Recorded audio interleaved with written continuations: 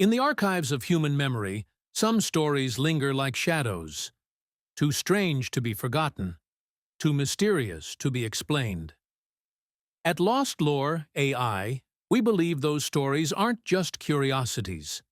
They are keys, waiting for new eyes and new tools to unlock them. Tonight, we bring you one of the strangest events ever recorded. A plague with no germ, no cure, and no explanation. A plague that made entire cities move until death itself stopped them. This is the story of the ghost symptoms, the AI-uncovered plague that fooled history. The tale begins in the summer of 1518, in the bustling medieval city of Strasbourg. The air was heavy and hot, the cobblestones shimmering beneath the relentless sun. Life was already harsh. The people were weakened by years of poor harvests, gnawed by famine, and burdened with despair. Into this crucible of suffering stepped one woman, Frau Trophäa. She walked into the street and began to dance. At first, her neighbors may have thought her mocking, or perhaps seized by a fit. But as the minutes passed, and then the hours, she did not stop. Her feet blistered. Blood seeped into her shoes. Her face was etched with exhaustion, yet her body refused her the mercy of rest. Within days, others joined her, dozens, then hundreds. They swayed, stumbled, convulsed, and collapsed. Some died where they fell. Others rose again, driven by an invisible rhythm.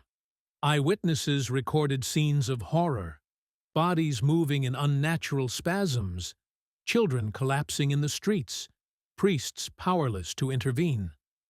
The city's authorities, desperate for a solution, listened to their physicians, who declared that the only cure was to dance the sickness out. So stages were built, musicians were hired, and the streets became arenas of madness. The result was catastrophic. More were infected, more collapsed, more died. For centuries, this bizarre outbreak has haunted historians and scientists alike. Theories multiplied. Some claimed it was divine punishment, a curse for sins unspoken. Others believed it was the devil himself pulling the strings of human flesh. In later centuries, doctors proposed ergot poisoning, the hallucinogenic fungus that sometimes infects rye, known to cause seizures and visions. But that explanation faltered. If ergot was the cause, why did neighboring regions, also starving and eating the same bread, not erupt into chaos? Others argued it was a form of fever or seizure disorder, yet no known disease spreads by sight alone. The mystery of Strasbourg remained unsolved, a grotesque footnote in medical history. But what if the answer lay not in germs, nor curses, but in something stranger still? That is where our investigation began. Using artificial intelligence, we decided to treat the case like a cold mystery. We collected every record of so-called mystery plagues. The Strasbourg dancers, the English sweating sickness, outbreaks of trembling and fainting that appeared across Europe. We told the AI to ignore pathogens, to stop hunting for invisible germs. Instead, we instructed it to cross-reference the outbreaks with entirely different data sets: paleoclimate records from tree rings, harvest reports, soil samples, and toxicology studies. We asked it not what disease spread, but what world these people were living in when it happened. The results were astonishing. Every one of these strange outbreaks clustered around periods of immense environmental stress: failed harvests, bitter winters, volcanic eruptions blotting out the sun, societies crushed under hunger and fear. The Strasbourg epidemic, in particular, erupted after years of failed crops and mass starvation. The population was exhausted, their bodies weakened, their spirits brittle. And in that fragile state, their minds became the true battlefield. The AI identified the phenomenon as what modern science calls mass psychogenic illness. In such outbreaks, symptoms spread not by blood or touch, but by fear itself. One person's collapse or convulsion becomes a spark, igniting the minds of others, who subconsciously mirror the symptoms. Not out of choice, but because under extreme stress, the brain can make terror real in the body. In Strasbourg, perhaps Frau Trophea suffered a seizure, or perhaps she was poisoned by ergot. But when she began to move uncontrollably, the sight resonated like wildfire in a city already broken. One dancer became dozens, dozens became hundreds, and soon the whole city was convulsing to an invisible, terrifying rhythm. These were not imaginary illnesses. The exhaustion, the bleeding feet, the deaths, those were real. But they were born not from a pathogen, but from the mind's astonishing power to manifest suffering.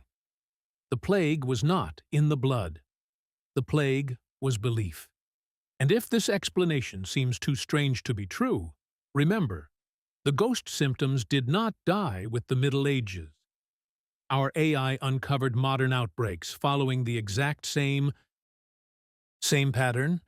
In schools, entire classrooms have collapsed in fainting fits, convinced of a poison in the air that turned out never to exist.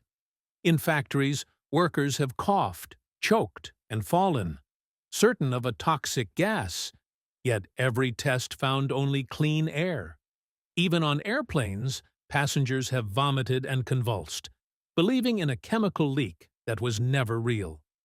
The psychology is the same. When people are under extreme stress, when fear coils tightly enough in the human mind, it leaps from one person to another with a contagion more powerful than any germ. Seen this way, the dancing plague of Strasbourg is not an embarrassing superstition, but a glimpse into one of the most terrifying truths of the human condition. Our ancestors were not foolish. They faithfully recorded what they saw: convulsions, exhaustion, death.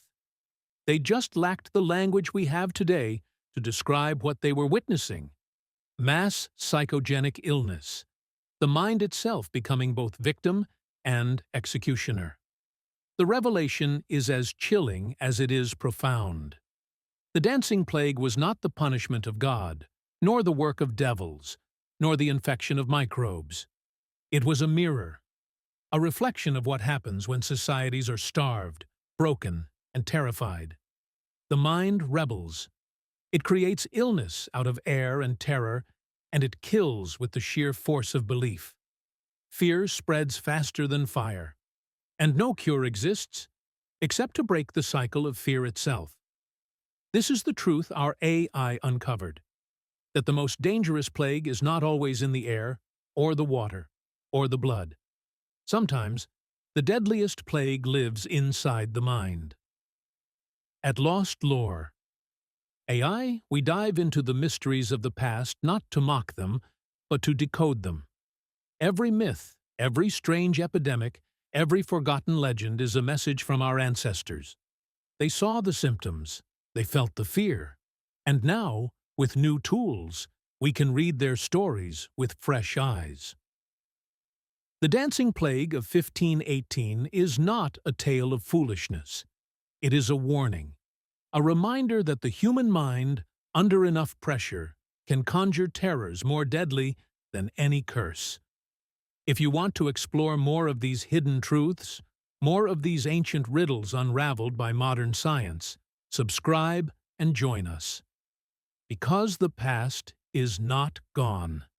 It waits, written in strange symbols and forgotten stories, waiting for someone to decode it.